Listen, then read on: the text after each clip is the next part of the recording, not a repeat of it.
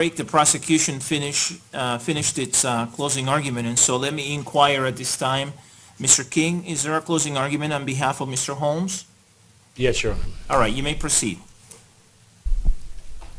And do I need to wait for I think my first slide is blank, so.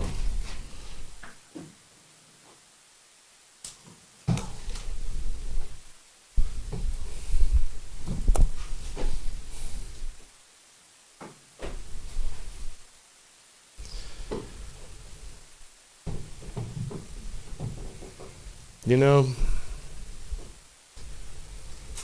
as I sat here and listened, I had a quote pop into my mind. I think it's Aldous Huxley, who said, "Facts do not cease to exist because they are ignored."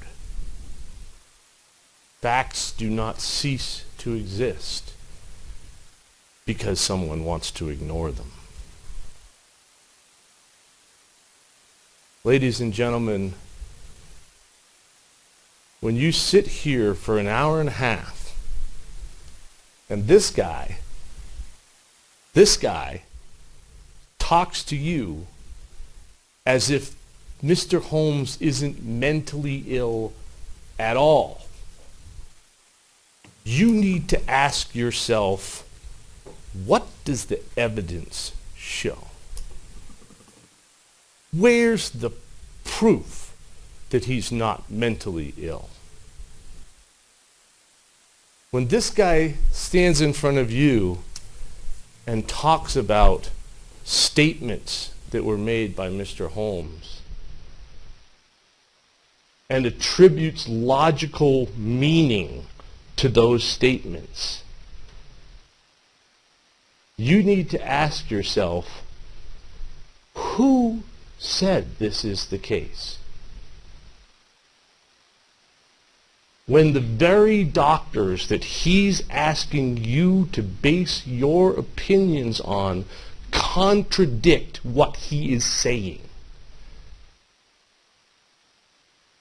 When Dr. Reed told you on the videotape, we have to be very careful and understand that these are statements that were made years later when Mr. Holmes is in a medicated state, describing the way he was thinking in a very different frame of mind. Because, you know, there isn't a lot of logic to what Mr. Holmes said. That's because he's mentally ill. That's because the very same doctors that this guy is asking you to base your decision on say he's psychotic during the unfolding of these events. And yet, Mr. Brockler wants to talk about it as if there's nothing wrong with him. And he's just logically pursuing things. Well, where's the logic? He brings up the fact that apparently Mr. Holmes knows people are going to run away from him. And at the same time, he thinks that he's not doing anything that's wrong to them. Well, that's not logical. Well, no, it's not. It's psychotic. When he talks about the fact that he's deceitful with Dr. Fenton and Feinstein, because he's both wants to be treated and doesn't want to be stopped, and we attribute that to logic, you have to ask yourself, where's the evidence of that? Where's the proof? If it was logic, and Mr. Holmes wanted to be treated and get better, then he would go in logically to Drs. Fenton and Feinstein and tell them everything and let them lock him up and medicate him and treat him. If his thought process was logical and what he wanted to accomplish was the mission and not get treated, why go see a psychiatrist at all? And why in the world would you go see a psychiatrist and tell them that you were thinking of killing a lot of people? It's not logical. It defies logic. That's the psychotic process. And that's what this guy is asking you to pretend doesn't exist.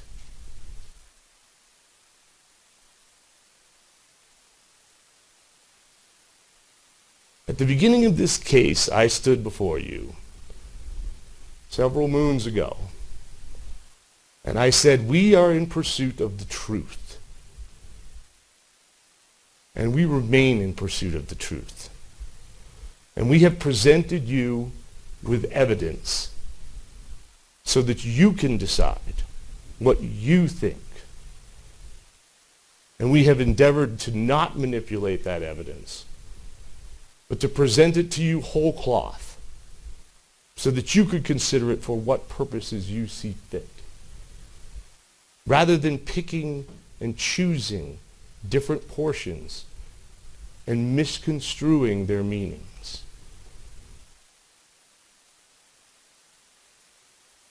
The fact of the matter is that when Mr. Holmes stepped into that theater on July 20th, 2012, he had lost touch with reality. He had been consumed by a psychotic process since at least March.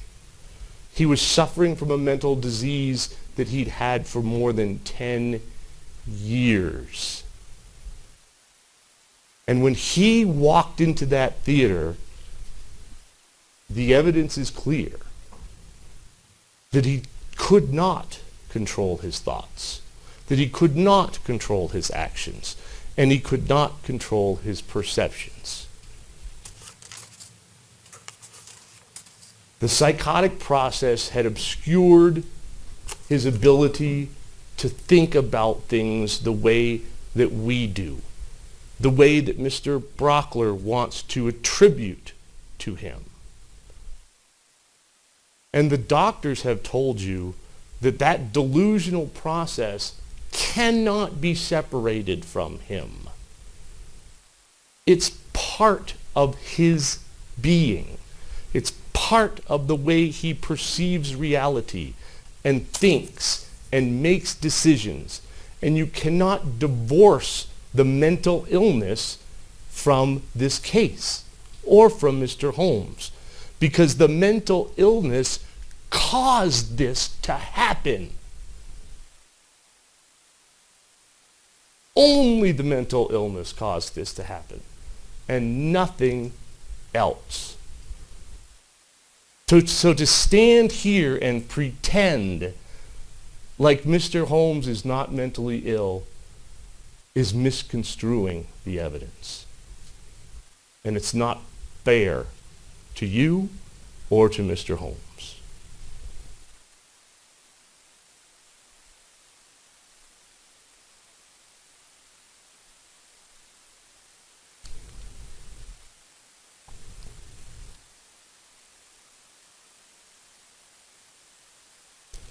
When I talked to you in opening statement, I talked about how this case was going to be hard for you. And I'm sure it has been. And it's about to get harder. Because you're going to be called on to making a very important decision. And you're going to be called on to make that decision based upon your reason and your common sense, and not a desire for retribution, not a desire to cast blame, and not a desire to try to fix the situation.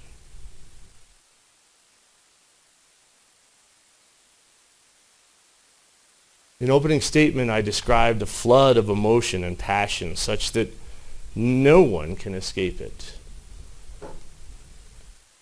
And I told you that in order to do the work you're going to have to do, you're going to have to go to a higher place. above the waterline of the flood, where the law is, and make your decisions there, rather than as a result of passion or emotion.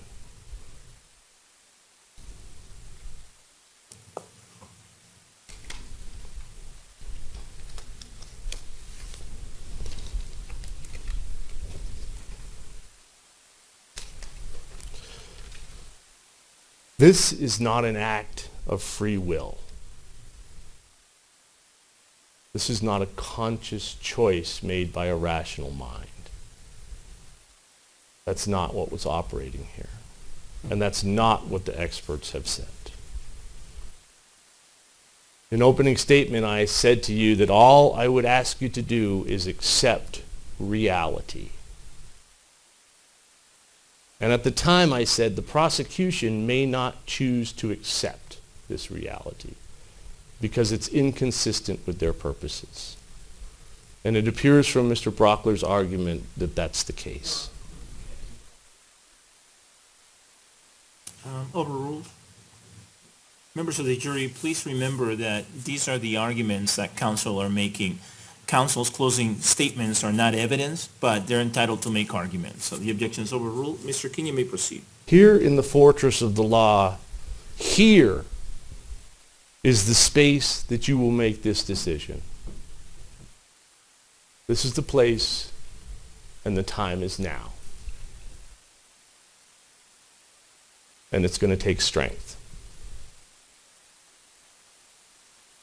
Here in the fortress of the law, there's no room for hatred or vengeance or retaliation. That's not what this is about.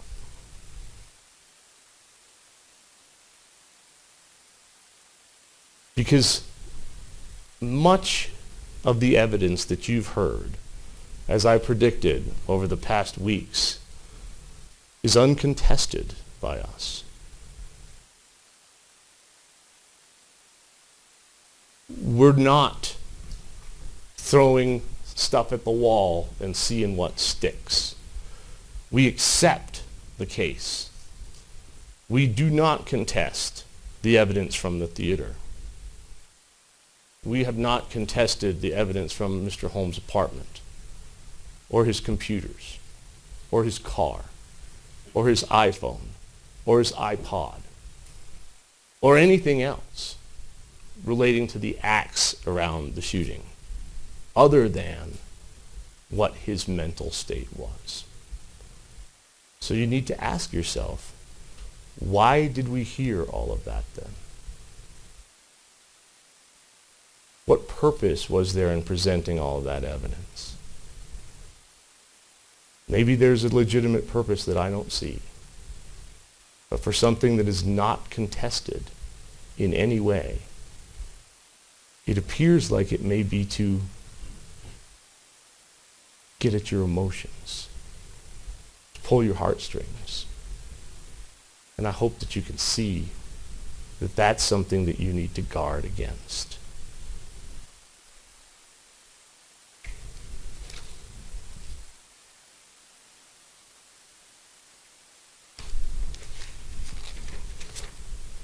Accept the fact that people get sick.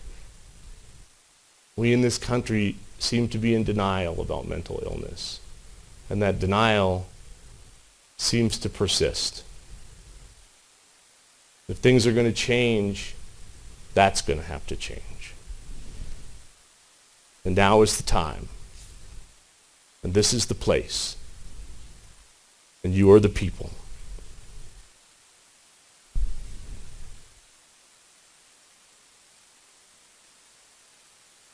This case is a contrast and contradiction. It doesn't make sense that a young man raised by a good family, in a good home, that did all the right things, that loved him, taught him right from wrong, that under those circumstances, this can happen. It makes no sense. There's no logical reason for it. In opening statement, I said you can run at this thing from any directions you want, and there's no reason why this happened other than the mental illness. So you have to analyze what happened in the context of that mental illness. And you have to try to understand what was going on in Mr. Holmes' brain on July 20th, 2012. You can't just ignore the fact that he was mentally ill. As it turns out, the scope of the issues that you have to decide is pretty narrow, considering the vast amount of information that you were presented with and that's available in this case. Because the only issue is whether or not Mr. Holmes was sane or not at the time. And we'll talk a little bit about what decisions you need to make to follow that path. But first, let's talk a little bit about the law. And I want to talk about reasonable doubt. Because reasonable doubt is the test, in this case, in every criminal case, by which you must judge all of the evidence. It's the crucible that you have to weigh it on. And Mr. Brockler pointed out that it's not a vague or a speculative or imaginary doubt, reasonable doubt. And that's true. And I'm never going to ask you to speculate or imagine something that isn't there. But reasonable doubt means a doubt based upon reason and common sense, which arises from a fair and rational consideration of the evidence in the case, all of the evidence or the lack of evidence in the case.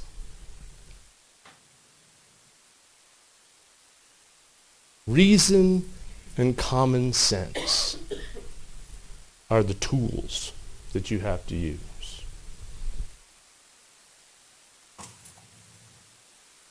And then the definition continues, and you're told exactly what a reasonable doubt is. It's not a vague, a speculative, or imaginary doubt, but such a doubt as would cause reasonable people to hesitate to act in matters of importance to themselves. So, you have to consider this as if it was a matter of importance to you. It's a matter of importance to the victims. It's a matter of importance to the parties. It's a matter of importance to the Holmes family. But you are required to consider it as if it's a matter of importance to you. What's important to you? The people that you love? The work that you do? Doing the right thing?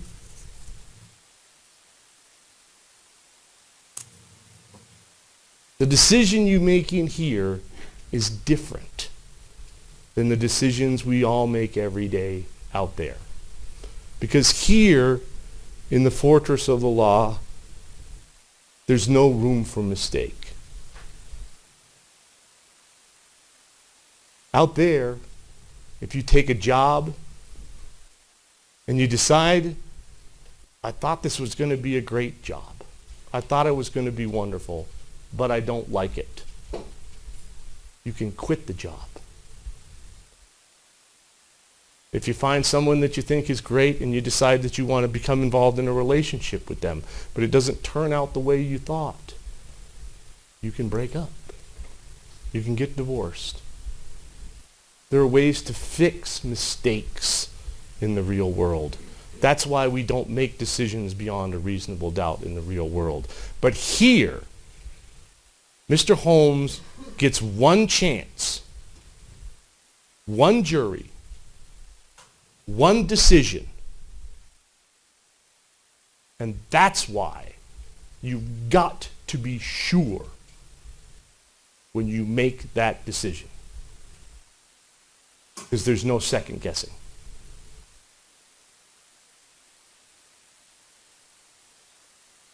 such a doubt as would cause reasonable people to hesitate to act in a matter of importance to themselves. To hesitate. Not to not act, but to hesitate. If you were to buy a car, and you took the car on a test drive, a used car, for example, and you heard a funny sound, and you say, whoa, wait a minute, and it makes you hesitate. Out there, you can take it to the mechanic and say, is this a real problem or not? And you can either move forward or not based upon what you're told. But in here, no one tells you. And if you hear something or things, or you don't hear something or things that would cause you to hesitate in a matter of importance to yourself, then you have sworn an oath that you must render a verdict of not guilty. The hesitation is the reasonable doubt.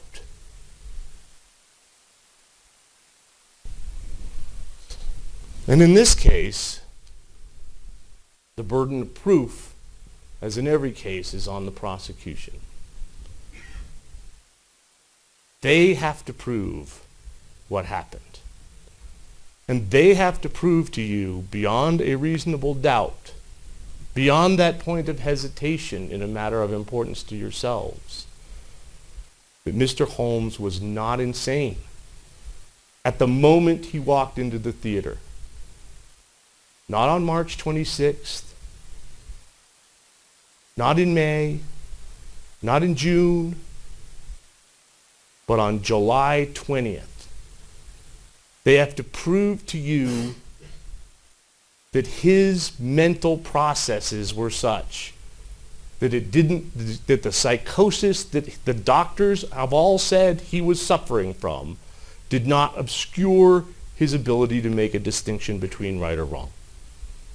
And that is a very, very difficult decision. Regardless of how simple this guy makes it seem.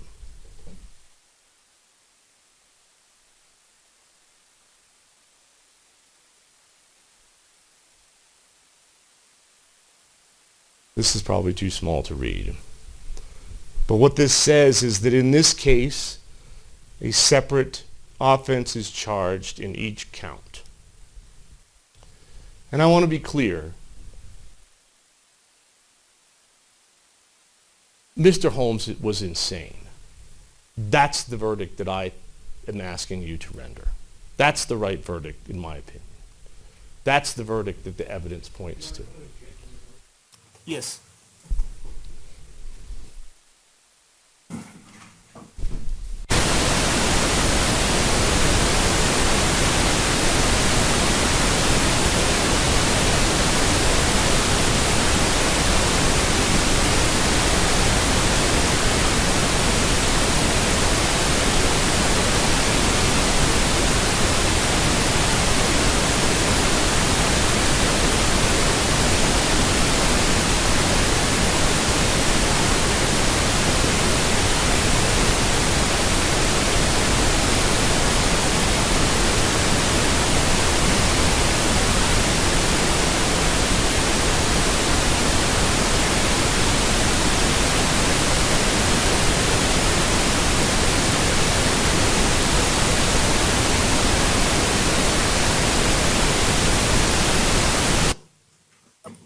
All right, the objection is sustained, but Mr. King, you may proceed as we talked about at the bench.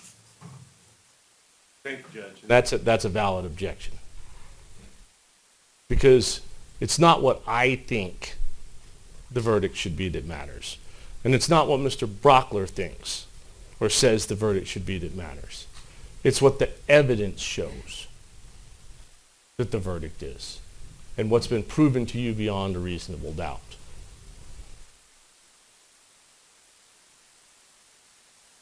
Despite the fact that I will ask for verdicts of not guilty by reason of insanity, You have a duty to go through all of this evidence, and you have a duty to go through all of the separate charges in the case, and that's what this instruction says. And I say that because I want to talk very briefly about extreme indifference murder. Because while it's true that they're not mutually exclusive, after deliberation murder and extreme indifference murder, they're very different theories. And that's why they're both charged. After deliberation murder involves the specific intent to kill an individual.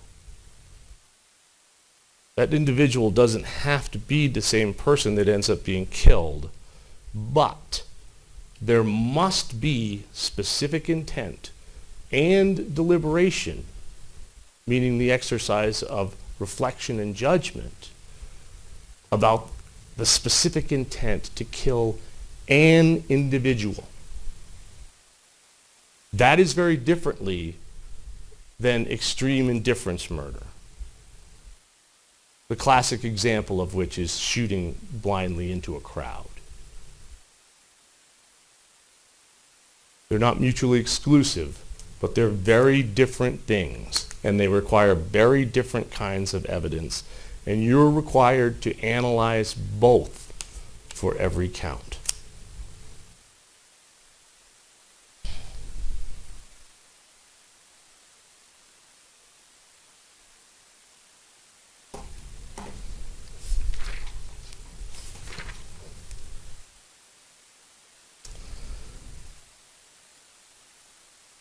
You know, it's interesting because Mr. Brockler just talked to you about the different experts in the case.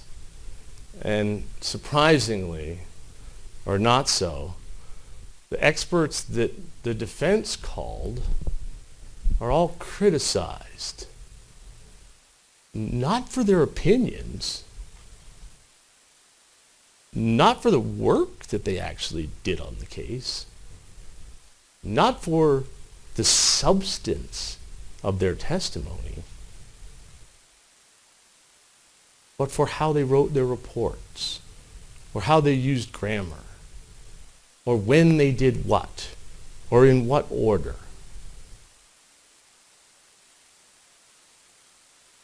While at the same time, Dr. Metzner and Dr. Reed have some of the same issues, but they're not criticized. Dr. Reed testifies for the defense, but for him that's apparently not an issue in this case. But it is for the other experts. You haven't heard any argument or any cross-examination of any of these experts to suggest that their opinions are wrong, that their diagnoses are wrong. We've heard about their reports, we've heard about their punctuation, we've heard about their grammar, we've heard about the order that they did things, but nothing to suggest that what they said was incorrect. And, interestingly enough, when the judge asked the prosecution if they wanted to call rebuttal experts, we heard no expert witnesses to contradict what their opinions were. Sustained. There's no evidence in this case from any expert witnesses to suggest that Mr. Holmes is not mentally ill. None. In fact, the evidence in this case is remarkably consistent when it comes to mental illness.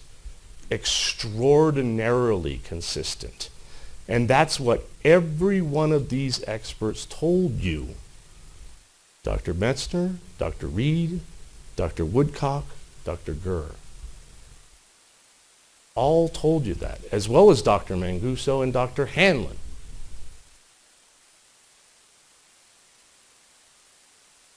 Dr. Woodcock is criticized for the methods that he used in his evaluation.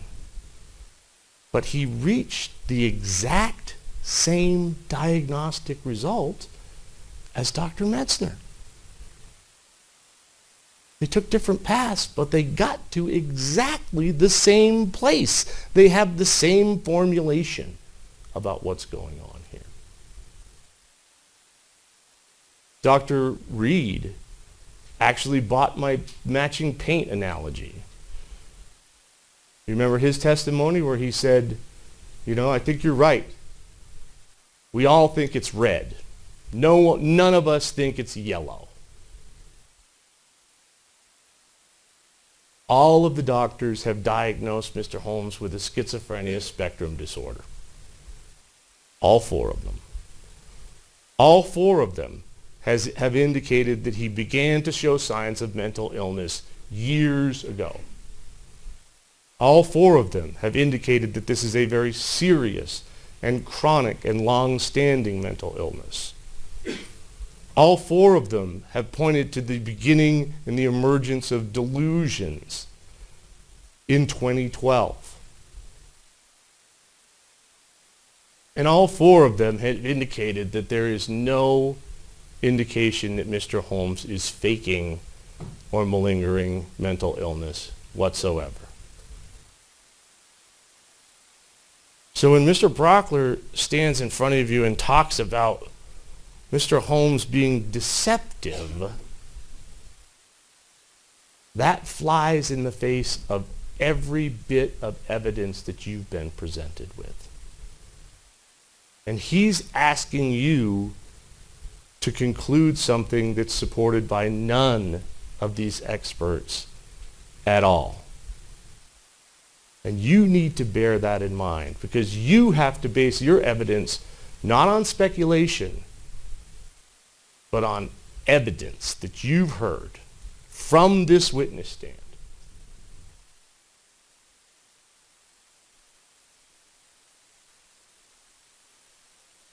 We know that sanity in Colorado involves two prongs. The first is the existence of a mental disease or defect. That has been proven beyond any reasonable doubt.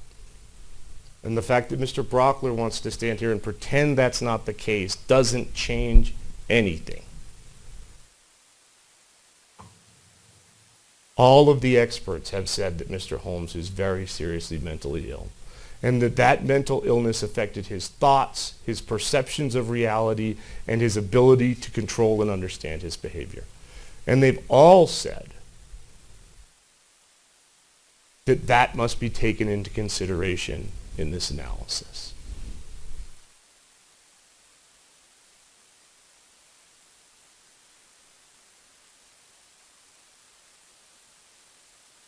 Dr. Metzner, when asked about the different statements that Mr. Brockler makes a big deal about how there's some statements made to Dr. Gurr that are different from statements made to the other doctors.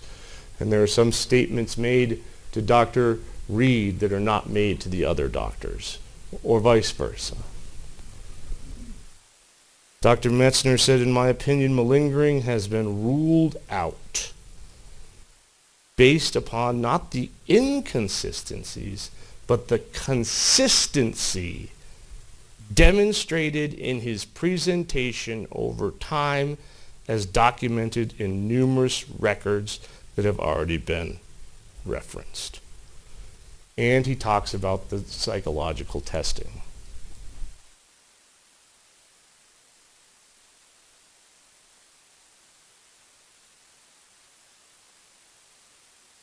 Dr. Reed, when asked by Mr. Brockler,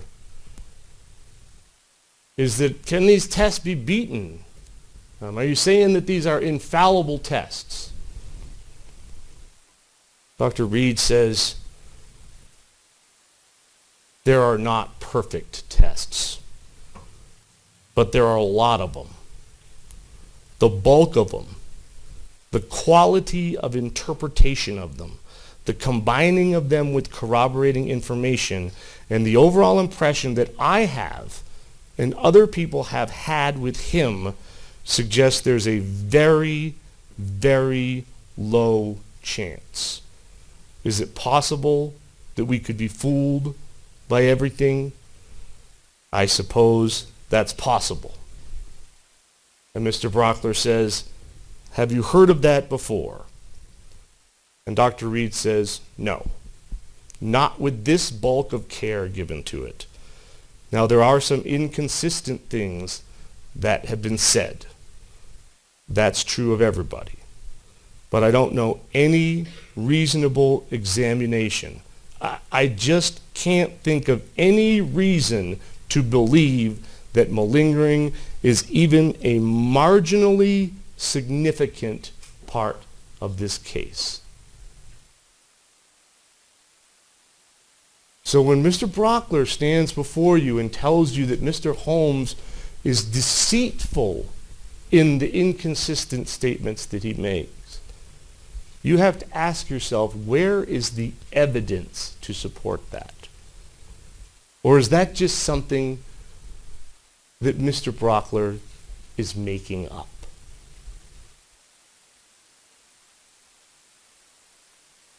Because he can't have Mr. Holmes being that mentally ill.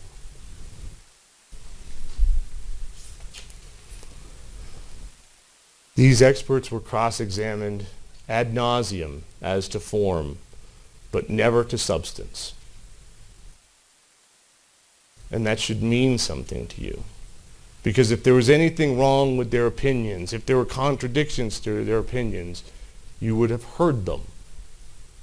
But you did not hear anything of the sort. Dr. Hanlon is a good example of this. There was an enormous amount of effort put into whether Dr. Hanlon interviewed Mr. and Mrs. Holmes. And there was some case brought up where he said he'd like to do that. And there's some insinuation that I told him not to do that or something.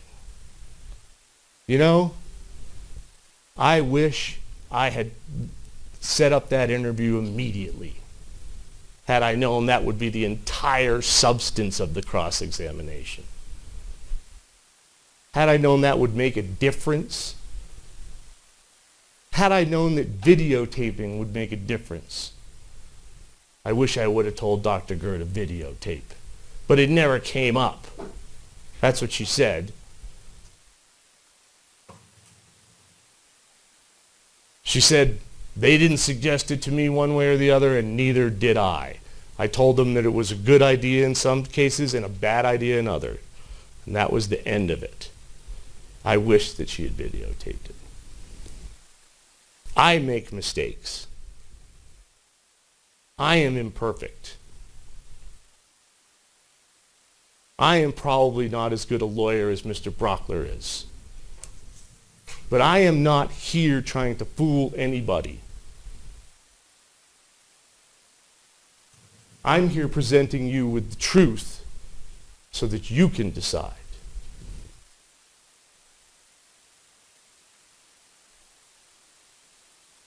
When it turns out that the entire cross-examination about interviewing the parents doesn't mean anything, you have to ask yourself, what is the point of this cross-examination?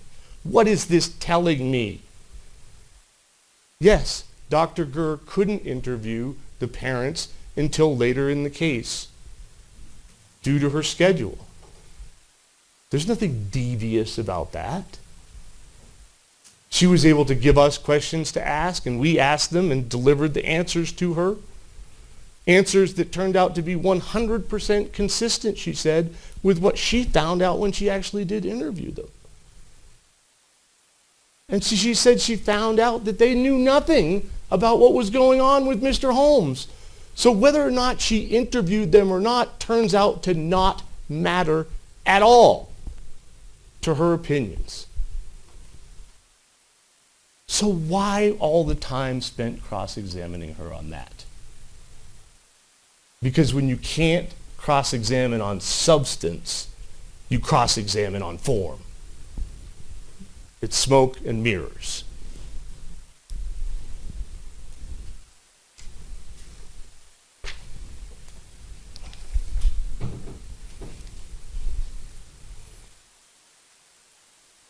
When it turns out, as is the case, that Dr. Hanlon does his neuropsychological examination the same way, regardless of whether he interviews the parents or not, and that the information learned from the parents did not and could not affect that testing in any way, and did not affect it in any way, you have to ask yourself, what's the point of this cross-examination? Because there's nothing wrong with the work that Dr. Hanlon did. That work was checked by Dr. Manguso. Dr. Manguso, who did the same things that Dr. Hanlon did, and yet somehow, because not appointed by the defense or hand-picked by the defense, that she passes all scrutiny. Well, they did the same thing, and the results came out consistently, and they shared data. And Dr. Manguso testified that all of Dr. Hanlon's results were valid. So what's the point? To mislead you? To obscure the truth?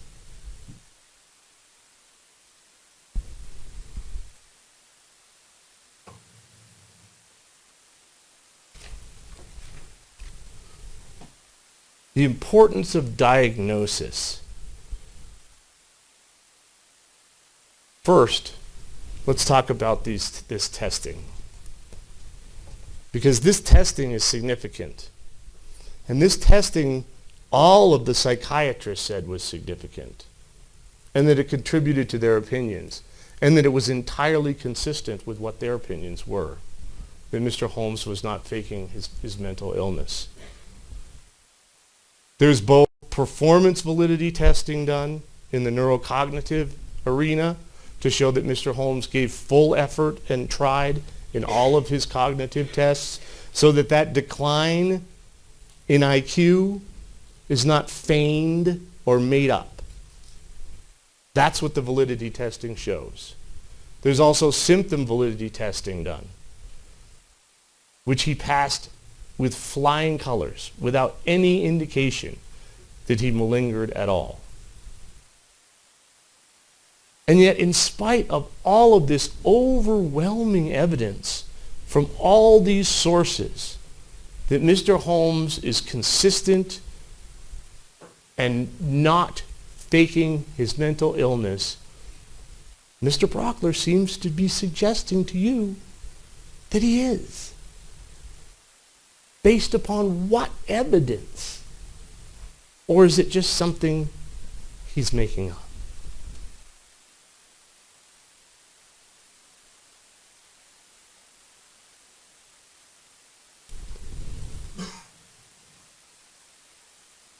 The notebook. Mr. Brockler cross-examined about whether Mr. Holmes wrote from left to right, about whether Mr. Holmes wrote in English words, about whether he wrote in sentences with punctuation, about whether he didn't write in the margins, about whether the writing was level along the lines. Form and not substance. What he doesn't question Dr. Gurr or others about is the content of the notebook. The content of the notebook that Dr. Metzner relied so heavily on in his examination that he did an entire appendix to his report about how important that notebook is. And do you remember what he said about that? He said, when I saw that notebook, I thought, wow, there's a lot of crazy in there.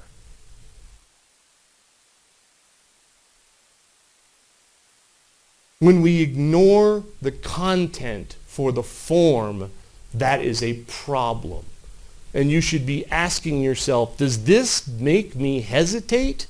If this is a matter of importance to me, the fact that the delusional, psychotic content of these writings, Mr. Brockler is asking me to ignore? And there is part of the content that he does not want you to ignore the part that involves planning, because he likes that part. Well, you know what that part shows too? It shows the extent and the nature of the delusion that Mr. Holmes was laboring under. That it was so strong and so powerful that he felt compelled to do it, and compelled to do it in that manner.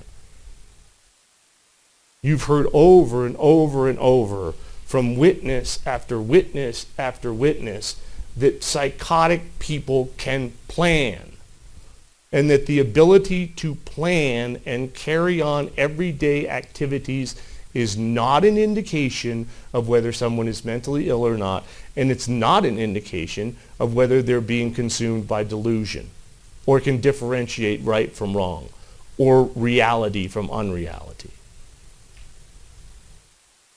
Every single expert has told you that, unequivocally.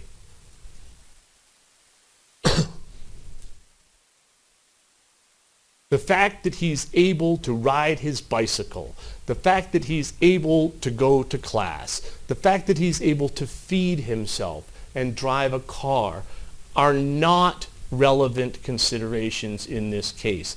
But when Mr. Brockler stands in front of you and says the fact that he is floridly psychotic in November of 2012, just a few months after this crime, to the extent that he's naked, smearing feces on himself, doing tricks with a cup balanced on his penis, speaking gibberish, and unable to communicate in any real way, Mr. Brockler says that's irrelevant. Well, it's not irrelevant, folks. That's the mental illness that he suffers from. And every one of the doctors has said that. This is a long-standing mental illness that began before the crime and continues to this day.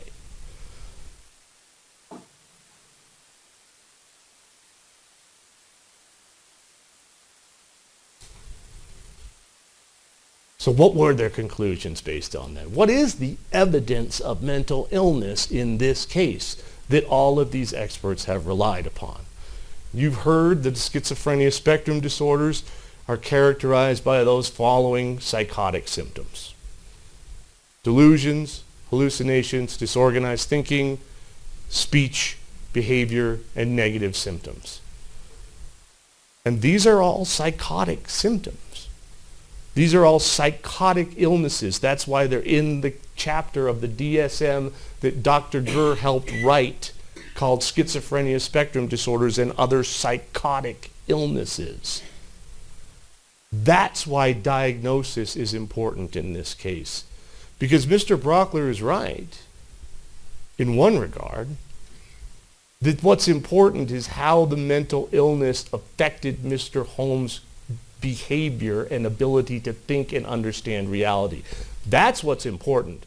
But in order to analyze how the mental illness affected his behavior and ability to think and distinguish right from wrong, we have to know what kind of a mental illness we're talking about and how that kind of a mental illness affects people's brains and thought processes. Because there are very different kinds of mental illness. PTSD is very different from schizophrenia. And when you have a psychotic illness, that is a significant impact on every aspect of your life and every aspect of your cognition. It cannot be divorced from the person. It cannot be separated out. And you cannot attribute logic to the thoughts and behaviors that come out of that kind of a delusional system.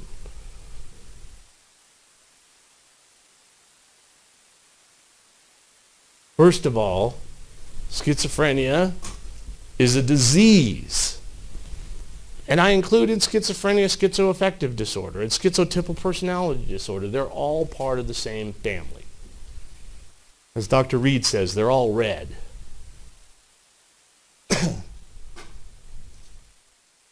This isn't a disease that you get from having bad habits or bad behavior or bad thoughts or from being selfish or narcissistic. This is a disease that you get because you inherit it, just like you get cancer. And we don't blame people for getting cancer. So you can't blame someone for coming down with schizophrenia. And people that get schizophrenia don't get to choose the type of delusions that they have. They don't choose the disease. They don't choose the symptoms. They don't choose how it onsets. It's not a voluntary process. And it's not a pleasant process. It's extremely painful and disturbing and difficult. And you can see that in the behaviors and the thoughts of Mr. Holmes, that he struggled with this for years, that he didn't enjoy any of it, that he derived no pleasure from what happened whatsoever, nor has he derived any positive benefit from it. He's in jail, facing the death penalty or life in prison. He inherited the disease from his family.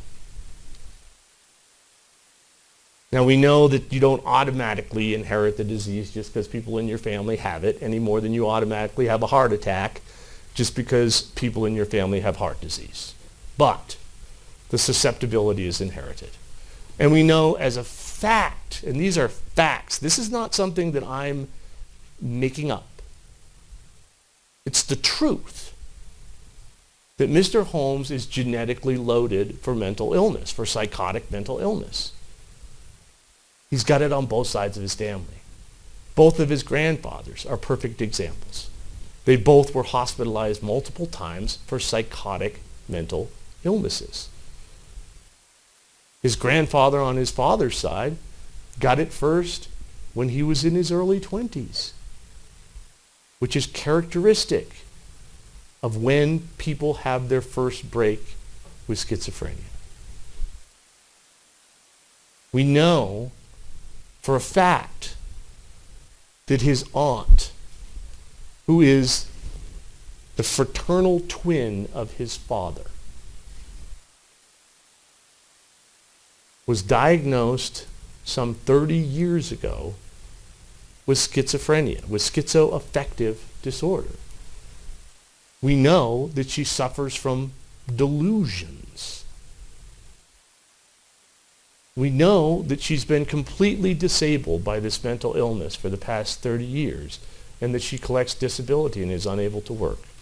We know that she's been hospitalized several times, consistent with the dynamic psychotic process discussed by Dr. Gurr, that people can get better and then they get worse and then they can get better and it can change, but over time the disease progresses and gets worse and worse chronically over time.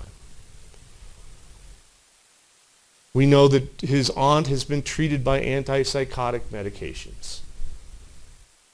So she's got the same diagnosis that Mr. Holmes has. She's being treated by the same drugs. That's a fact. And it's a fact that's relevant to what diagnosis Mr. Holmes has. And the diagnosis that Mr. Holmes has is relevant to how his mind was working on July 20th, 2012. And you cannot understand that without understanding the disease process.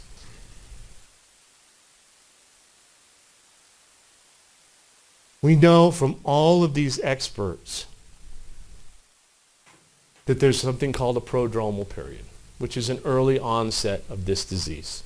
And we know that this can happen weeks, months, even years prior to the first psychotic break.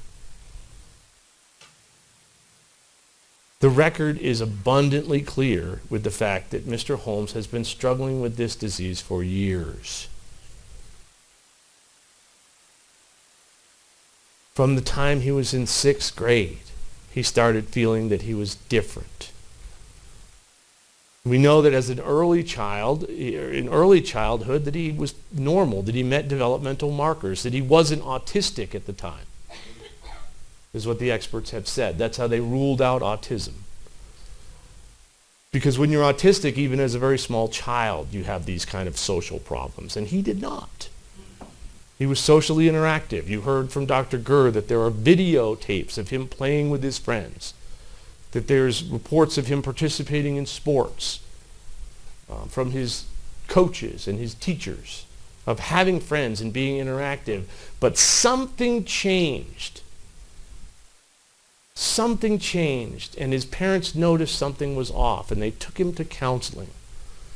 And then around the time he was in 6th grade, when they moved back to San Diego, he started to feel that he was different, that his brain was broken. And he wrote about this in the notebook before the shooting. We know it's true because it's corroborated by all of the other evidence in the case. And we also know it's true because it's corroborated by those people that were around Mr. Holmes during that period of time, who observed a change in his behavior from his parents, that they noticed he withdrew socially, that he was no longer interactive.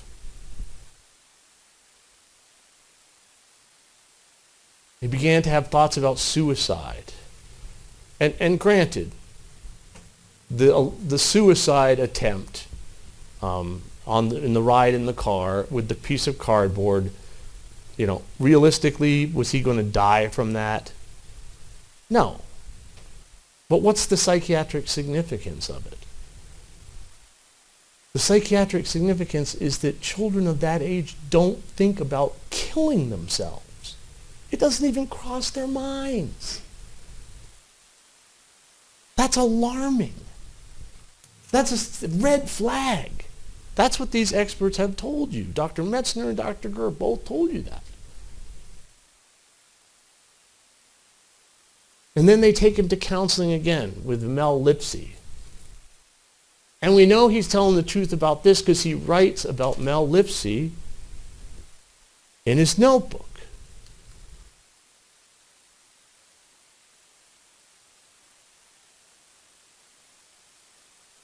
And we know Mel Lipsy exists because we went out and found it. We went out and found those records. And they don't tell what the content of the treatment was, but we know that it went on for a good part of a year. So there was something going on there that was not right. The negative symptoms of schizophrenia: emotional withdrawal,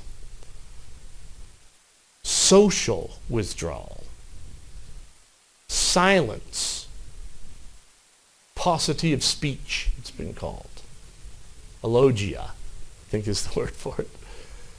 Low initiative, lack of motivation, blunted affect, disturbance of volition. These are all things that all of the experts saw evidence of as early as high school. And they said that, including Dr. Reed, who said he saw evidence of magical thinking and other aspects of the schizotypal personality disorder as early as high school.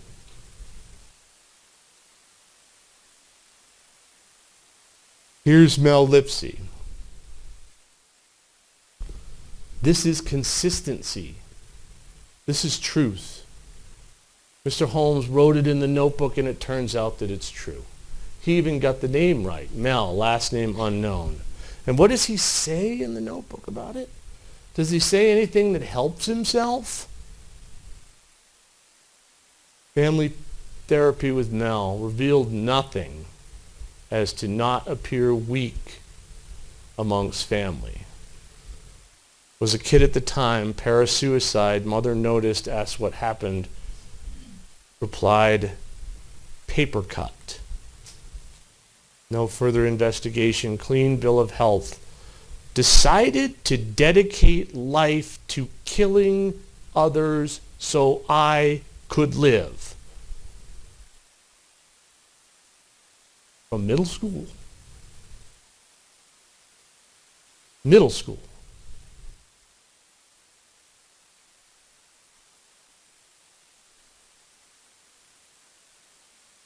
We know that not only Are all of the experts' opinions consistent with one another? We know that they're not only consistent with one another, but they're consistent with the psychological testing that was done, with the neuropsychological testing that was done, and with the imaging that was done. But it also fits the classic pattern that people with schizophrenia develop their first psychotic break when they're in their late teens or early 20s. That's how it goes. And that's what happened here. That's significant. And that's why Mr. Holmes changed in 2012. That's what happened. He had his first psychotic break. That's Dr. Metzner's opinion. That's Dr. Gurr's opinion. That's Dr. Woodcock's opinion. And that's when Dr. Reed says the delusions first appeared, the reason why he diagnosed a delusional disorder, which of necessity involves delusions, which are by definition psychotic. That's why delusional disorder is contained in the same chapter with schizophrenia spectrum disorder and other psychotic disorders, because it involves psychosis. So you have the prodromal period, and then you have the first break. And then people can get better somewhat. And then they may get worse again later, like in 2012. But that doesn't mean that the person wasn't psychotic before, because he could ride his bicycle. You've heard this series of questions from numerous people about, did you see him eating paint chips, Dr. Fenton? Did you tell him to put this shirt on? He said, no, that's a basset hound. Yeah. I can't even remember what the other ones were. There was one about a rainbow. If that's the measure of psychotic mental illness, then all of psychiatry apparently has it all wrong. If you have to be eating paint chips. It's been reduced to questions like, could he get up on his bed unassisted? Could he get on his bed unassisted? And that is apparently relevant to mental illness and psychotic delusion? This is misdirection, folks.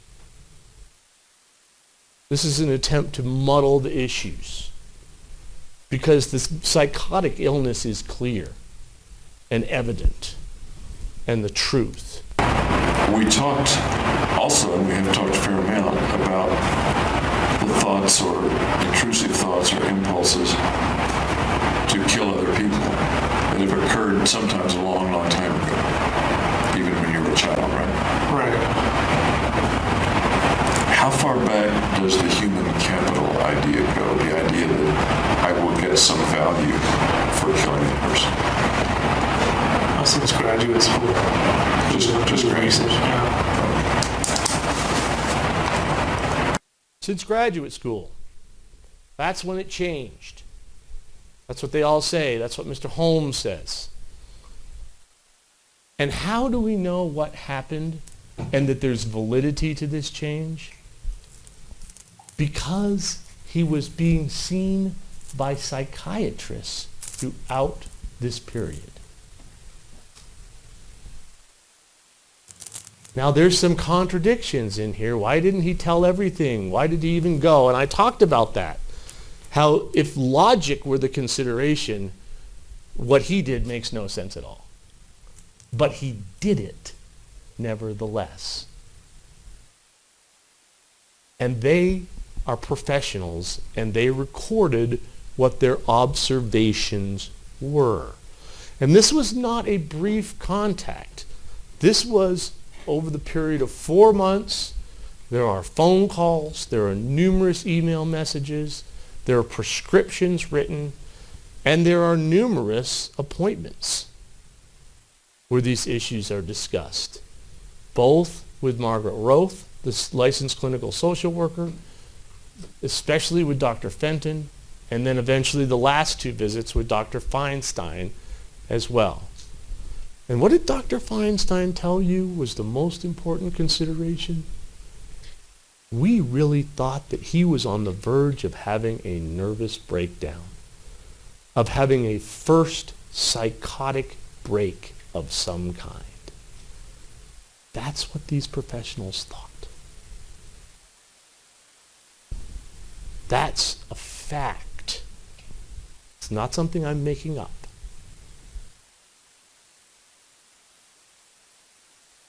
A lot of contact. When he goes to see Margaret Roth, this is the first time, and he doesn't need to do this. He doesn't need to go at all. But he does, for some reason. And she says, he's the most anxious guy I've seen. She's been doing this a long time. And that's what she says, the most anxious guy I've seen. And Dr. Gurr talked about anxiety and how anxiety is a profound symptom of schizophrenia. And how that anxiety manifests itself in these folks and takes over. By the time he goes to see Margaret Roth, he is so anxious that he's the most anxious guy she's ever seen. And he tells her that he has thoughts of killing people.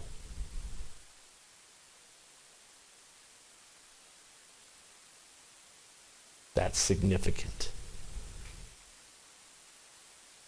That's consistent with what he's told the other experts. It's consistent with what he wrote in the notebook. It's consistent with the psychological testing that's been done.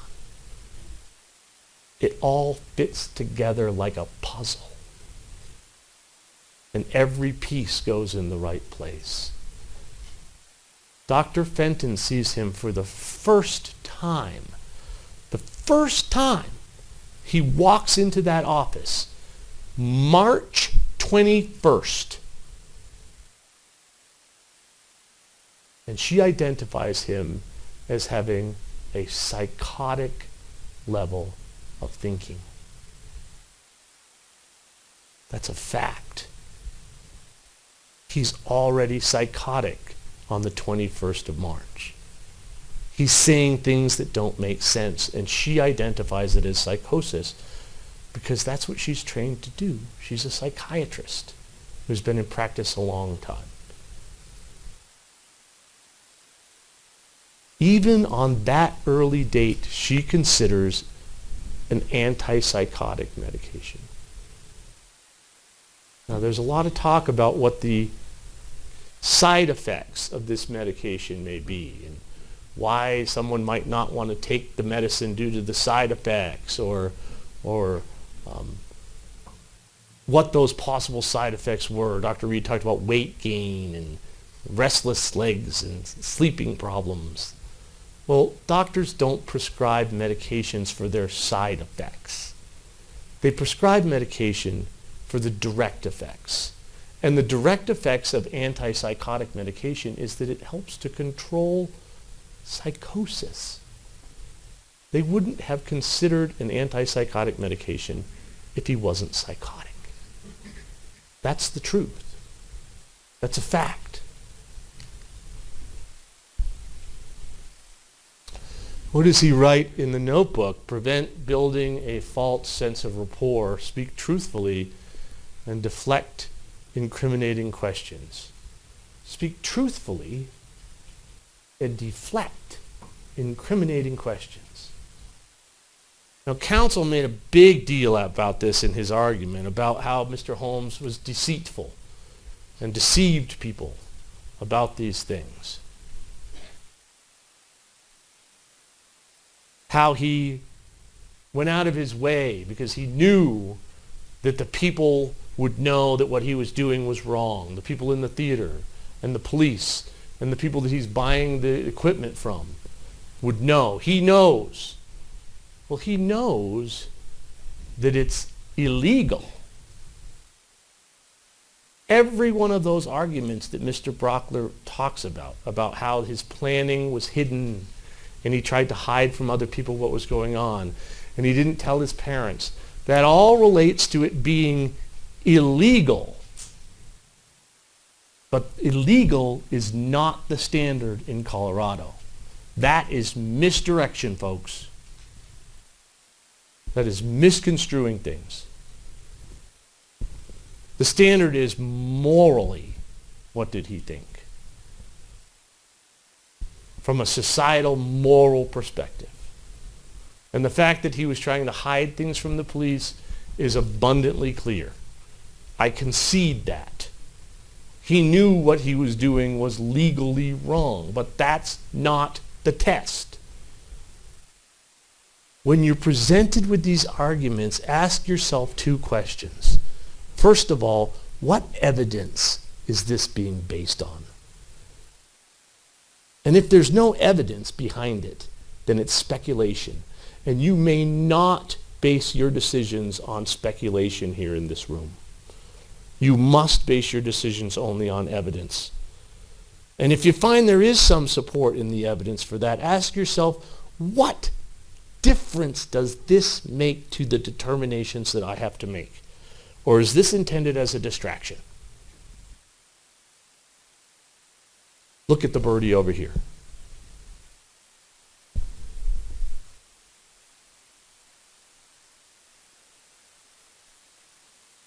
There's no doubt that he knew what he was doing was illegal, and there's no doubt that he made efforts to not divulge it so that he wouldn't be stopped, because he was psychotically ambivalent about it at that point.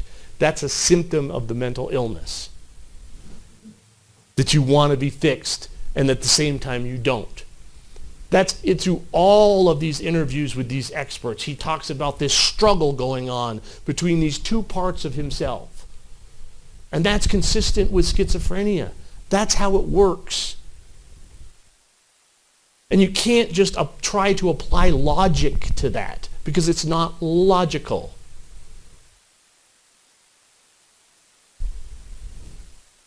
We know that Dr. Fenton put Mr. Holmes on medication, namely sertraline. That's the important one, because that's an SSRI, Zoloft. It's an antidepressant, anti-anxiety medication. And what did Dr. Metzner tell you about that in his testimony? He told you there's abundant literature out there that talks about a thing called the manic switch. That when you have somebody who has a mood disorder as part of their mental illness, that they're depressed, which is what he diagnosed Mr. Holmes with, and the others too, for the most part, some degree of depression. Schizoaffective disorder involves a major depressive disorder. When you give somebody like that an SSRI, it can make them worse. It can flip them into mania. That's what Dr. Metzner said. He's given the SSRI, and the dosage is increased over time. He writes in the notebook about the effects of this medication on him. Immediately prescribed antidepressants. He talks about the benzos and the long-lasting SSRIs of sertraline. Anxiety and depression, both, I'm having the same problem Mr. Brockler does. Serologenic system anyway, though. No effect when needed. First appearance of mania occurs. Not good mania. Fear of failure is gone. The things that were enabling him to control this mental illness for years have now been discarded by the onset of the psychosis, and perhaps by the prescribing of this medication. Because we know as a fact that this can happen. Not something I made up. It's a fact. He was given this medication, and it can have that effect. And he reported it having that effect. He reported driving really fast, like he never did before. He reported buying things that he never did before, engaging in activities that he never did before. Think about it. Signed up for a motorcycle class. Starts going to the gym at 3 o'clock in the morning. Signs up for dating websites, XXX dating websites. Never done that before in his life. Paints his hair red. All kinds of bizarre behaviors that he'd never engaged in before. And counsel can say to you over and over again that he never changed, he never changed, he never changed. But he did. He changed dramatically. And maybe the folks at his school didn't recognize that because they weren't paying attention. Or maybe they were in denial about mental illness. It's a very difficult thing to identify and accept.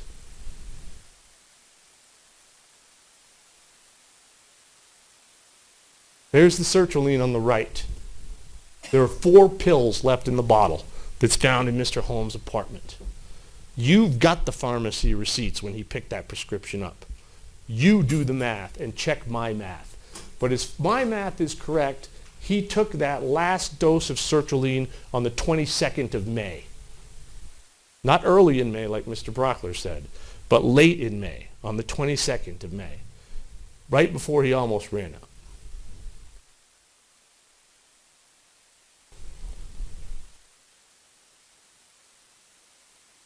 Over this period of time, he disintegrates. And the fact that he's going to class and riding his bicycle doesn't change that. These are the mental status examinations done by Margaret Roth on his first appointment and by Dr. Fenton on his last appointment. This is what happened to him between March and June. And bear in mind, this is just 5 days before Fenton sees him and identifies him as having a psychotic level of thinking. But nevertheless, even though he was psychotic at the time, he was able to hold it together really good at this point. He's been dealing with this mental illness for a long time. Attitude, cooperative. In June, contemptuous, devaluing, evasive, guarded, hostile, suspicious, uncooperative. And you heard how that manifested itself. He thought Fenton was hiding something from him in a package. He thought that Dr. Feinstein had something hidden in his cast. And it turns out when we check with Feinstein and Fenton, those things actually occurred. But they had nothing to do with Mr. Holmes. He was attributing a magical amount of significance to them. That's delusional thinking. Affect, appropriate, affect, anxiety, hostility, inappropriate, odd, bizarre. Speech normal, taciturn, stilted, thought content without delusion, thought content, paranoid delusions, preoccupations. This is not the same guy. Mr. Brockler keeps talking about he was the same guy. Well, yeah, he's the same guy. He's James Holmes. He's just the same guy who's now in the throes of a psychotic breakdown that's happening to him over time. Violent thoughts, not present, homicidal thoughts. There's a dramatic change in him, and we'll talk more about that. By the time he leaves treatment, the conclusion of both Dr. Fenton and Dr. Feinstein is that he is intermittently functioning at a psychotic level. That's their opinion. And that he may be shifting insidiously into a frank psychotic disorder such as schizophrenia. Well, lo and behold, they were right. He was. They were spot on.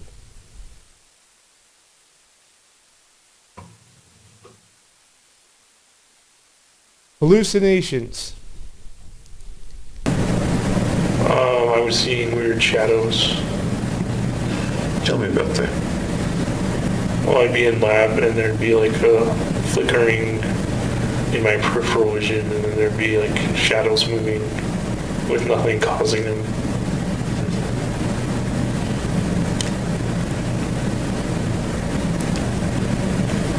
People see things in their peripheral vision from time to time. It may or may not be abnormal. So can you describe to me a little bit more about it and why you believed it was abnormal at the time? Just that nothing I saw that could have caused those shadows to move made them move. And that was in my frontal vision. After I turned to see what the flickering was, kind of thing. I'm So not I sure. could actually see shadows in front of me that were kind of dancing. Straight on rather than in the peripheral once you turned your head. Right. Tell me more about that. What did that look like? Usually it looked like just the shape of a person, and maybe they were like jungling or doing something. I'm sorry, like Juggling. Any thought about what that might have meant? No. Or what the figure might have been or represented? I don't think there's any rhyme or reason to it.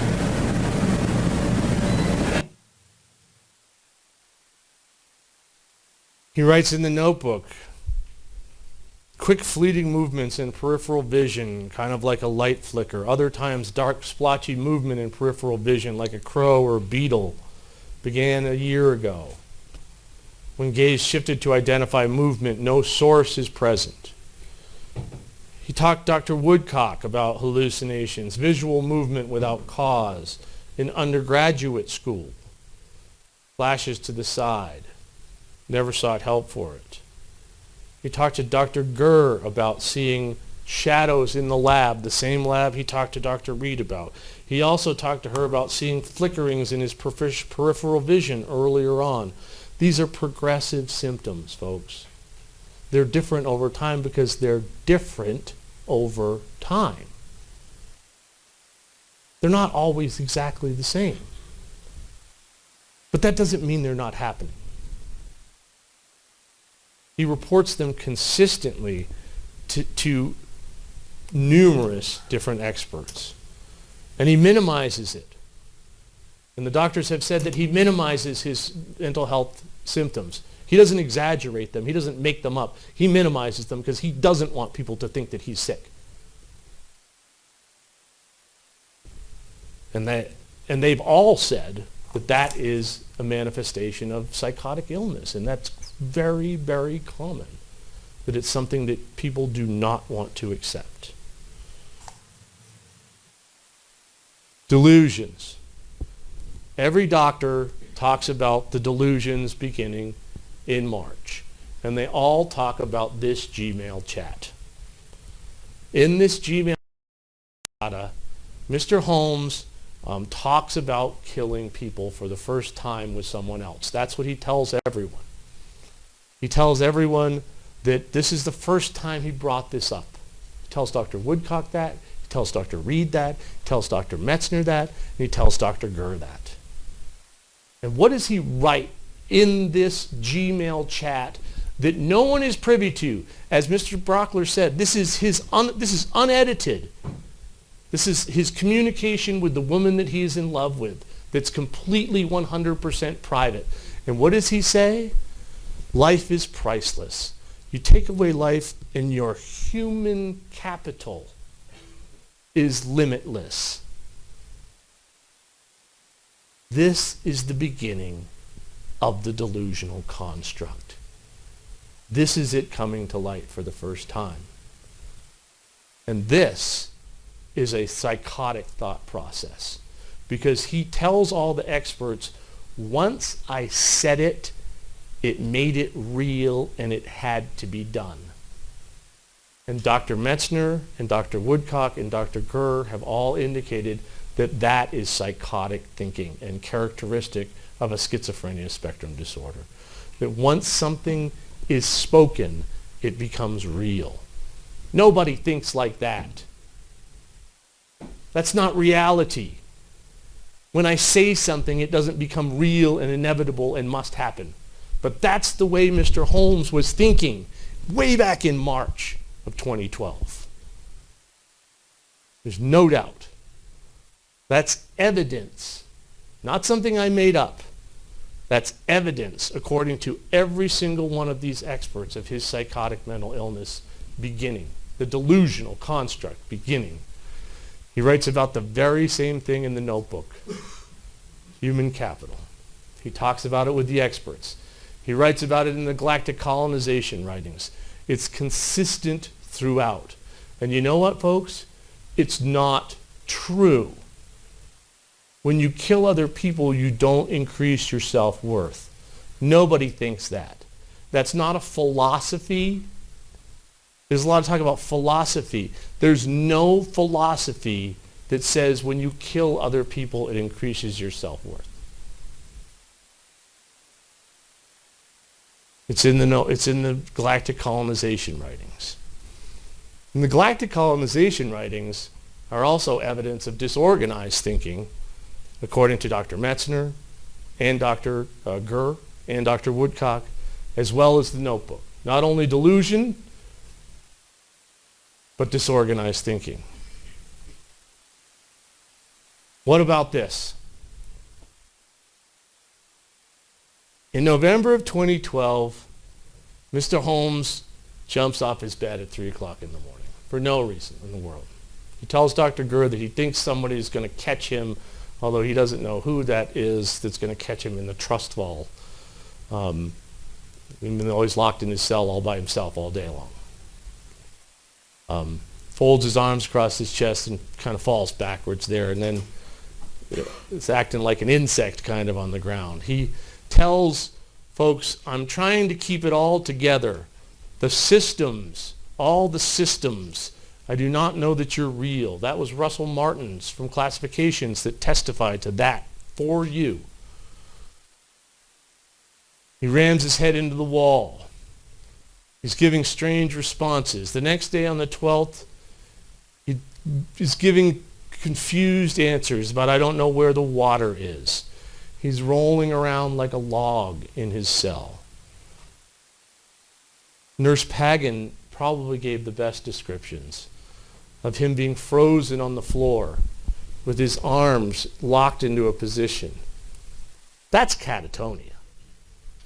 That's a symptom of schizophrenia. Now what he's describing happening earlier on, fitting it in over his lunch hour, is not catatonia. That's him misdiagnosing himself. The other experts said he was depressed then, and that's clear evidence of depression when you can't get out of bed and you're amotivated. But catatonia is not something you can fit in over your lunch hour. It happens to you when you're very, very ill with schizophrenia. And it happened to him. He's taken in for a CT scan. He repeats for an hour and a half. You can't teach an old dog new tricks. You can't teach an old dog new tricks.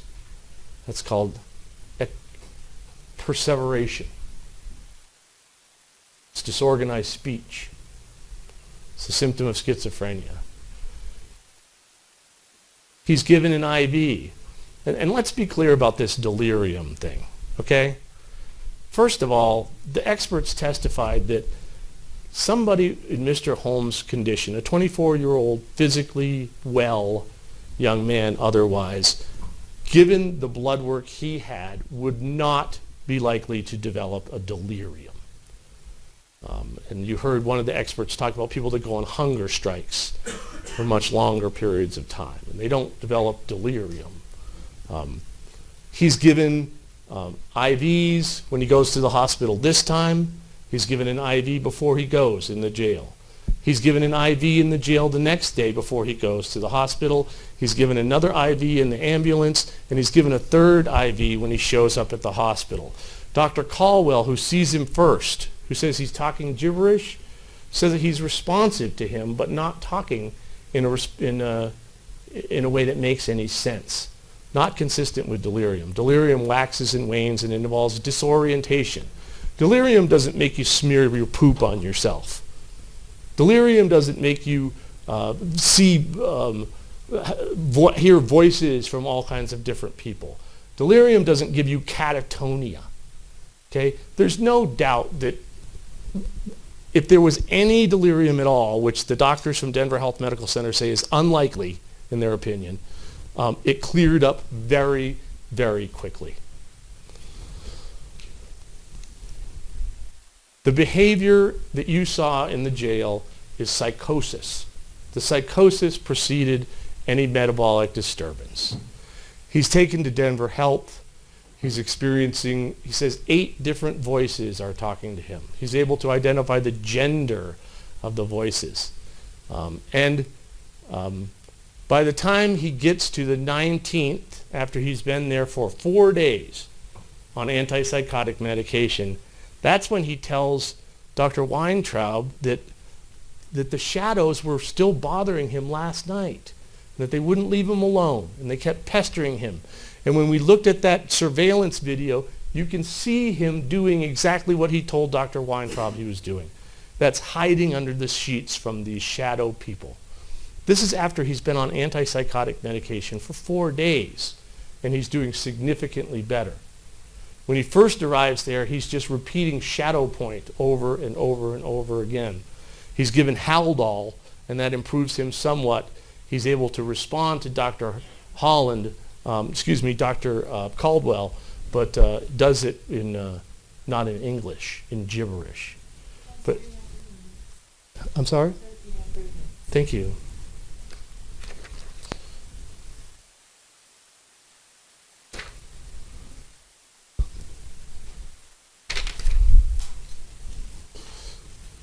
Disorganized thinking. You're referring on the next page, and I'm a little confused about it. Let me go to the transcript of it. You're talking a little bit about beliefs of reincarnation.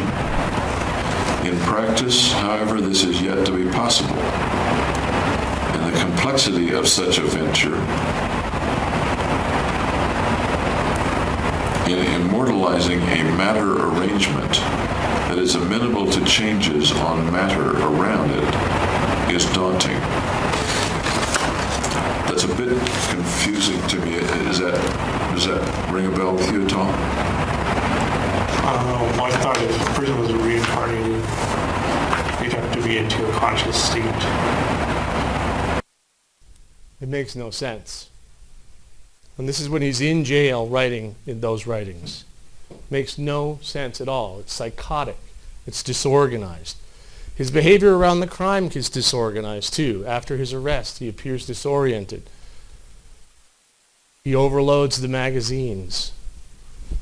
This construct in his apartment, it's very dangerous and very frightening, this setup that he makes.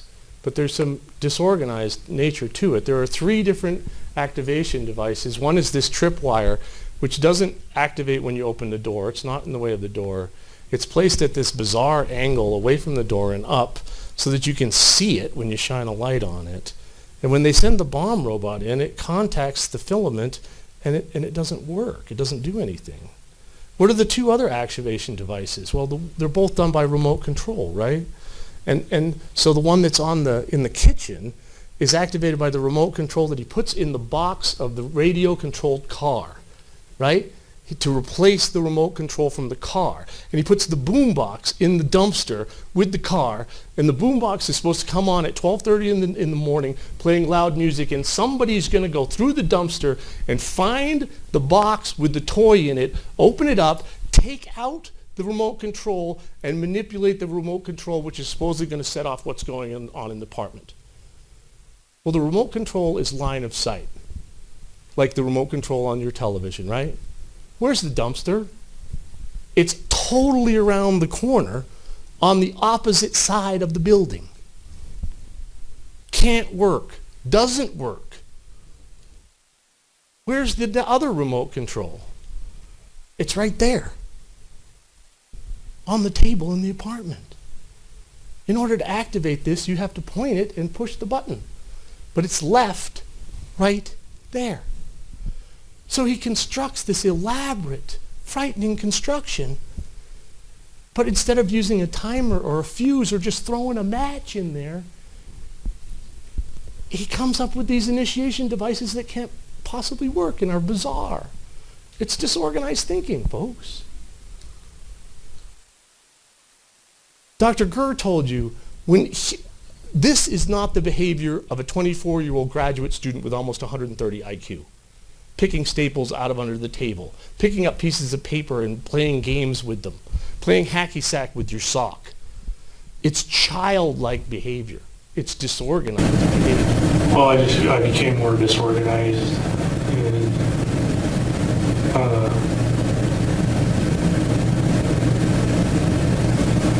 I guess my mind was kind of falling apart. I became more disorganized and my mind was falling apart. The neuropsychological testing, all kinds of domains by both of the experts. We talked about this. And what does it show? Dr. Manguso's testing is a few months after Dr. Hanlon's first testing, and she notices a slight deficit, a slight neurocognitive deficit. And Dr. Hanlon thinks maybe we should do a follow-up examination. So he goes back and he does one. And what do they find? A dramatic, significant, otherwise unexplained drop in his IQ. From the 94th percentile to the 86th percentile.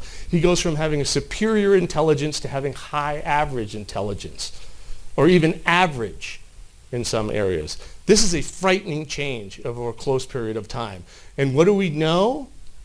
We know that those domains that he suffered this neurocognitive deficits in are exactly the same domains that Dr. Gurr has identified in her research on schizophrenia.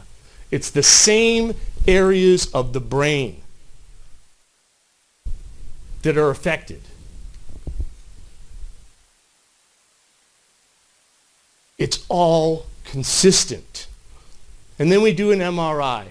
And an MRI is not diagnostic. Dr. Gurr told you that. It only can identify 80 out of 100 schizophrenics if it's used alone. But we didn't use it alone here. We had a tremendous amount of information by the time we'd gotten there. We had a vast amount of information, and we knew from this neurocognitive testing that there had been a change, according to the testing, in Mr. Holmes's brain. So because of that, she recommends an MRI. And we know that in schizophrenia, your brain shrinks, commensurate with these cognitive deficits. And what did we find out from Mr. Holmes? That happened. Is that in and of itself diagnostic? No, it's not. Is it 100% consistent with all of the other evidence? Yes, it is. Yes.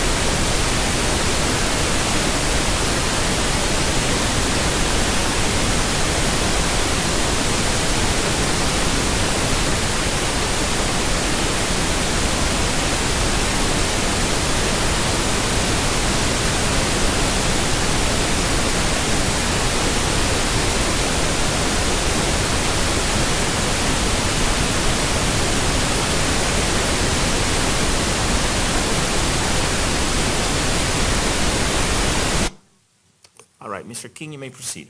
And as you recall, this is a picture of Mr. Holmes' brain. This is an example Dr. Gurr gave. But she did the same kind of volumetric analysis on it, and it showed the deficits. Mr. King, your mic. It's not on. I don't think it's on. There you go. This is not Mr. Holmes' brain. This was an example. But she did the same volumetric analysis on Mr. Holmes' MRI, and it showed that there was a slight decrease in the volume.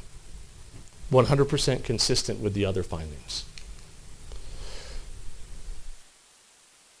So there's no doubt that there's a mental disease or defect. The question is, did it affect his ability to be able to distinguish between right or wrong, or to deliberate, to act with reflection and judgment? Again, the prosecution has the burden of proof in this regard, and the test, as we all know, is that it comes from a moral perspective.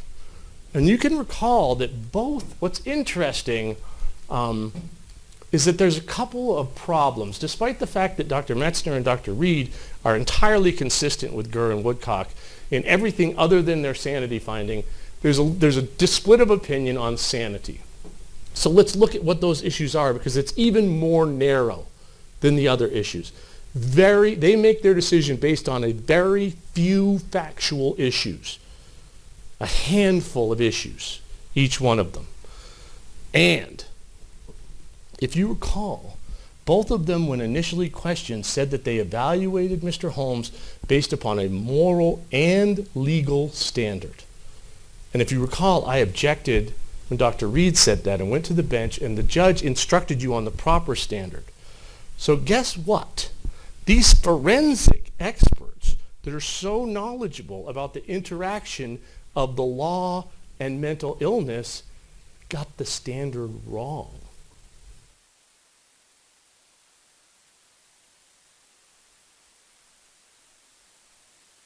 Dr. Metzner lists 7 things.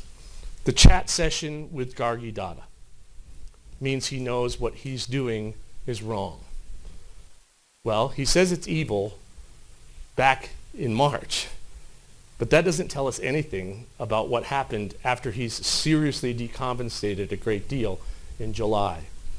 His ambivalence regarding the statements he made to Drs. Fenton and Feinstein. We've talked about that. It shows that he legally knew what he was doing were wrong, but it says nothing about morality at all. Sending the notebook. I don't know what that bears on anything, or how that shows that what he's doing is morally wrong. He knows there's something wrong with his brain. He's known that since he was like 10. The Hillary Allen text message, the floodgates are open. The floodgates are open. He's describing his psychotic state. Does not mean that what he knows, what he's doing is morally wrong. He doesn't want her to be hurt. But that doesn't mean, there's no indication that Mr. Holmes gets any pleasure from this at all. This is not something he desires to do. And Dr. Gurr told you that it's entirely possible that he might find it something that he needed to do, that he must do, that was right to do, and it may still be unpleasant for him, which is why he has to make it impersonal. And he spray paints the gas mask so he can't see. And he puts in the earbuds so he can't hear. Because despite the fact that he thinks he must do it and it's the right thing to do, it's not something he gets any pleasure or joy out of. Concern whether any children had been hurt. Well, he asked if a child was killed. He tells Dr. Metzner and Dr. Gurr that children are worth more. Now he tells Dr. Reed years later that he now thinks killing a child is wrong. But he never says that to Dr. Woodcock or Dr. Gurr early on in the proceeding. And there's no indication that that's why he asked that question. You can speculate. Speculate a little for me, would you? Can you speculate on it? Speculate. What is it logical to speculate? Speculate for me. You're a smart guy. Speculate for me. What do you speculate? And it would be pure speculation. What do you speculate? Speculate for me. As you speculate, do you speculate? Can you speculate about what you think? Speculate about the future. One thing you need to bear in mind is not only did they apply the wrong legal standard, but they're interviewing Mr. Holmes years later when he's in a medicated state and asking him to analyze what he was thinking when he was psychotic. And you can't do that. It doesn't work. You're going to get bad information. And so what do they do to try to develop these few handful of facts that they entirely base their sanity decisions on? They try to drill down on these facts. And the perfect example is in Dr. Reed's examination, where he over and over and over again pursues and suggests answers to Mr. Holmes. That's where this information comes from. Look at these factual points that they're relying on and look at where the information comes from. They ask him, do you know why you colored your hair? No, I don't. Well, speculate for me. And then he gives an answer to the speculation, and they base their decisions on his speculation about what he was thinking 2 years ago when he was psychotic. There's a fundamental flaw there, and that's what Dr. Woodcock's point was in why this is not as reliable, and why you have to evaluate what's going on in Mr. Holmes' brain on July 20th, 2012, and not what he thinks about it 2 years later, 3 years later in a medicated state. He not only asks him to speculate, he repeatedly suggests things over and over and over again. Repeatedly suggests logical And again, it's explanations. my thought, not necessarily yours. And again, just my thought. And again, I'm not trying to put words in your mouth. Again, I don't want to put words in your mouth. My thoughts don't have to be your thoughts. Again, I don't want to put words in your mouth. Tell me in your words. My thought is maybe that's not your thought. Again, I don't want to put words in your mouth. Again, maybe kind of putting words in your mouth. I don't want to put words in your mouth. I don't want it to be my thoughts and words. Again, I don't want to put words in your mouth. I don't mean to put words in your mouth. I'm trying not to put words in your mouth. My thought, not yours. Exactly. That was exactly my thought. Again, I don't want to put words in your mouth. My thoughts go, and once again, my thought's not necessarily yours. My thought is, so my thought is, I don't want to put words in your mouth.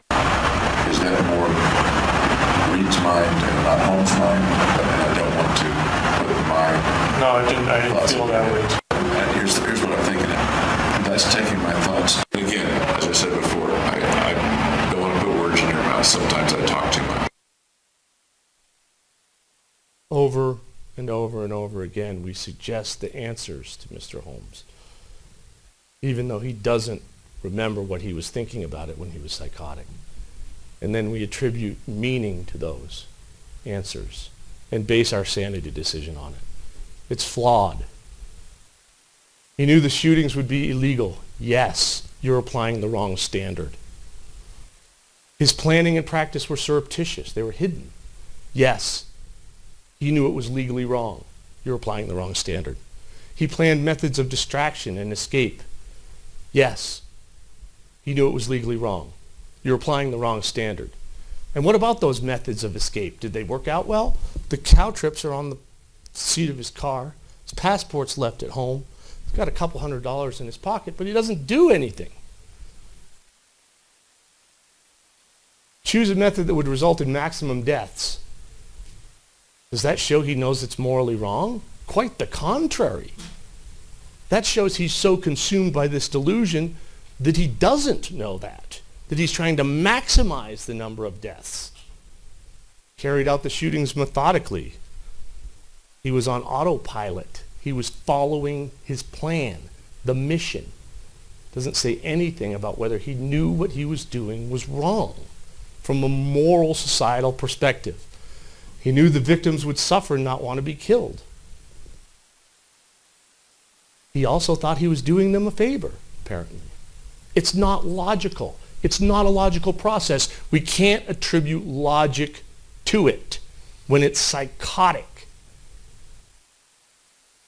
And moral relativism, the idea that somehow this only applies to him, that this delusion only applies to him, and that he thinks that only he is the person that this construct applies to. Well, we know that's not true.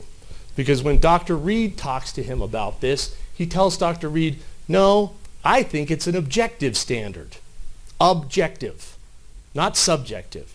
He tells Dr. Reed asks him, is it out there for other people to discover? Yes, it is, he says. And then he talks about how if he's executed, people are going to gain points. He says maybe the person that makes the lethal injection concoction or pushes the button, or maybe even the jury. The construct applies to everyone It's just not everyone figured it out yet. But if they knew what I know, then they would agree, because it's the truth that when you kill people, it increases your human capital. It's a universal truth out there to be discovered. That's what he thinks. And that's what he thinks to this day. That's the strength and the persistence of this psychotic delusion. Despite the fact that he's sat here through the course of this entire proceeding and listened to all these doctors talk, he still thinks that.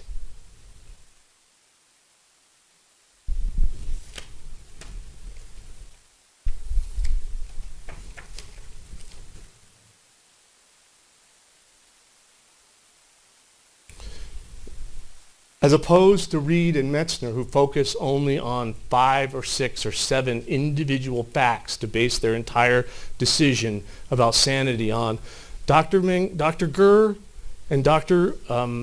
Woodcock, to some extent, talk about the psychosis being a fluid and dynamic process that changes over time. And you have to analyze what was going on July 20th. In order to figure out whether he was able to distinguish between right or wrong on that date, or whether the psychosis had obscured his ability to do so, whether the psychosis had obscured his ability to deliberate, to act after reflection and judgment. After reflection and judgment. Read that notebook. Tell me what reflection and judgment is shown there. Read that Galactic Colonization. Tell me about the reflection and judgment shown there.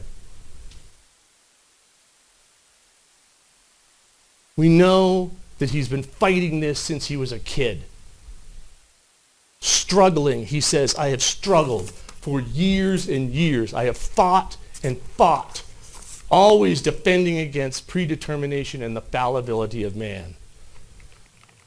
And you know what? Until the psychosis happened to him and overwhelmed him, he won that fight. He was able to suppress these thoughts that came into his mind as unwanted thoughts. Can you imagine being in middle school and having thoughts come into your mind several times a week? Go kill people. You have to kill people.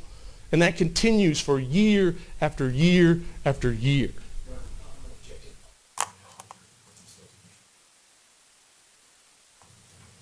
Sustained. Think about it. Think about how strong and long-standing this mental illness is.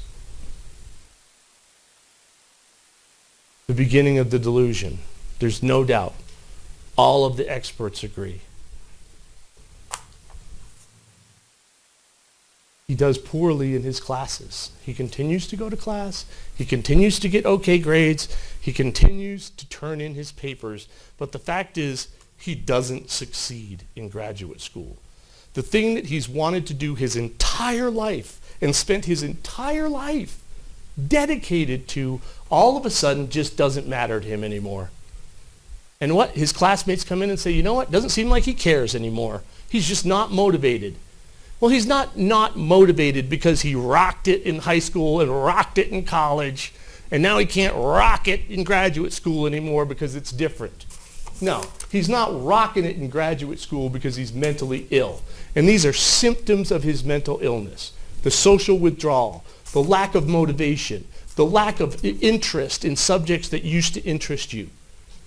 He's no longer interested because he's overwhelmed by the need to complete his mission. He must complete the mission. The mission has overwhelmed everything else. We could see between the labs that he does well the first semester. The second semester, he does poorly. He writes in the notebook, I attempt to see if I can pass the exams by myself and not by fear. Failure. He fails his prelims. This all happens in the same period of time. You can see that the red is the Gargidata chat, and the Hillary Allen floodgates text message on the end. The red are the appointments with Dr. Fenton. The blue are the purchases of the weapons. And the green is him withdrawing from school and failing his prelims. This is all taking place at the same time. It's all interrelated. You can't separate it out. You can't separate him from the situation. You can't separate the mental illness from him. And you can't separate the psychosis from this case in this shooting. Thank you. He changes his hairdo. He hangs the symbols up all over. He does this in his apartment. As you were thinking about these things, buying a Glock, ordering a tear gas, are you angry, or what's the thought inside you at that time? Kind of that I have a mission to complete. He doesn't do this because he wants to gain notoriety, because he wants to be remembered. He denies that to all the experts. He doesn't do it because he's angry, because he's upset about losing his girlfriend or failing out of school. Dr. Reed says those were not important considerations. This is the last communication where he indicates that he's lost the ability to control himself. That's what he says. Calls it dysphoric mania, means it doesn't feel good, but it's mania. And she asks him, Hillary asks him, can you control it? Is it manageable? And he says, it was. But the floodgates are open now. Now that he's on the sertraline, now that the psychosis has taken over.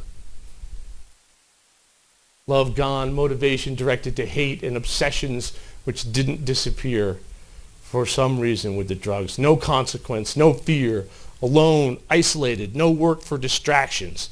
He cuts off all of his contact with his friends. He changes the lights in his apartment to colored lights. He withdraws into his apartment. He sees nobody, virtually nobody, for weeks.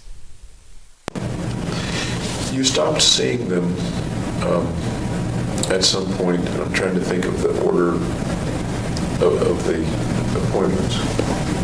You kept every appointment that was made, as I recall. Yeah. Okay.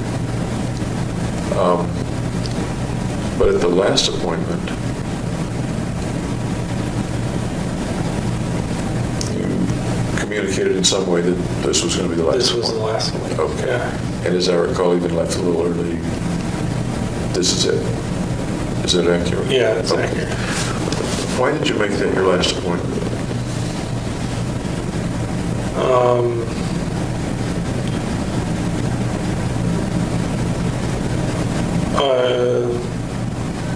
I don't know why. Doesn't know why. Because the mission had overcome the need for treatment. That's what he said. The mission had overcome. Ladies and gentlemen, at the beginning of this case, I told you that at the end, I was going to ask you to do one thing. And that's what I'm going to ask you to do. Accept the mental illness. Acknowledge the fact that the overwhelming evidence is that Mr. Holmes was in the throes of a psychotic episode when this took place, and that we can't evaluate it based on statements that he made while medicated years later. We can't separate the mental illness from him or from this crime, because the mental illness is the reason, the sole reason, that this crime took place. In your careful consideration of the evidence and Mr. Holmes' future, I would ask you to do good, to be strong, and do the right thing. He's not guilty by reason of insanity. Thank you. Members of the jury, let's go ahead and take our last break for the day. We might, it looks like we're going to go past 6 a little bit. Thank you for hanging in there and for your flexibility. I gave you notice last week because you never know. And so I thank you for your patience. Please make sure that you comply with all my admonishments during the break. They all apply. Let's take about a 15 or 20-minute break, okay? Thank you. The jury has exited the courtroom. I'll see everyone after the break. The court will be in recess. We'll be on break for about 15 or 20. Thank you. Please rise.